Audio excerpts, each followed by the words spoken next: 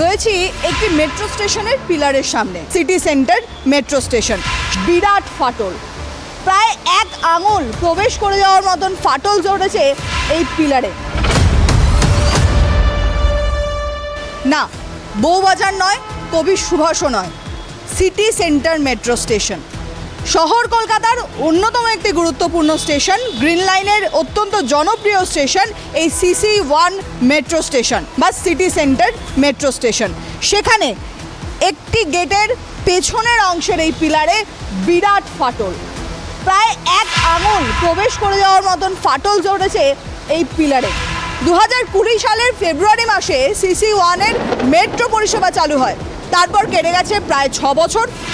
কিন্তু এই মেট্রো স্টেশনের রক্ষণাবেক্ষণের কি পরিস্থিতি? আবারও কি কবি সুভাষের মতন কোনো মেট্রো স্টেশন বিপর্যয়ের মুখে পড়তে চলেছে?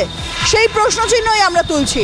কারণ দীর্ঘদিন ধরে এই মেট্রো স্টেশন তৈরি হয়ে পড়েছিল, তারপর পরিষেবা চালু হতে প্রায় 2020 সাল পর্যন্ত সময় কেটে গেছে। তারপরও পরিষেবা চলছে 2026 সাল, আজকে দাঁড়িয়ে রয়েছি আমরা, প্রায় 6 বছর। এই 6 বছরের মধ্যে রক্ষণাবেক্ষণের দিকে কি একেবারেই নজরপাত করেননি কর্তৃপক্ষ? সেদিকেই প্রশ্নচিহ্ন উঠছে সব থেকে বেশি। যেখানে কবি সুভাষের মতন একটি বিপর্যয়ে প্রায় 1 বছর ধরে পরিষেবা বন্ধ রয়েছে, সেখানে গ্রিন লাইনের মতন একটি গুরুত্বপূর্ণ পরিষেবা, সেটিও কি বন্ধ হতে চলেছে? সেটাই কিন্তু এখন সব থেকে বড় জিজ্ঞাসা যাত্রীদের। তারা অভিযোগ করছেন যে এই ধরনের জিনিসগুলো যদি মেট্রো কর্তৃপক্ষ নজর আন্দাজ না করেন, তাহলে পরে আগামী দিনে বড় বিপর্যয় হতে পারে। যেহেতু একটি ভাইব্রেশন তৈরি হয় মেট্রো চলাচল করলে, তার জেরে কোনো কারণে এই ধরনের ফাটল হতেই পারে। কিন্তু তার জন্য পর্যাপ্ত যে ব্যবস্থা, তাও কিন্তু নিতে হয় কর্তৃপক্ষকে। সেক্ষেত্রে নিয়মিত যে ইন্সপেকশন, সেই ইন্সপেকশনে ঘাটতি আছে কি না, সেদিকেই আরও একটি প্রশ্ন।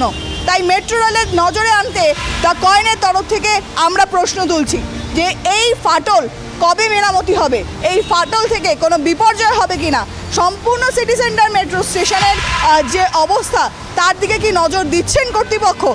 অর্থাৎ বোঝাই যাচ্ছে যাত্রী সুরক্ষার দিকে ভারতীয় রেলের আরও একটি পদক্ষেপ, সেটাও কিন্তু গাফিলতি রয়েছে।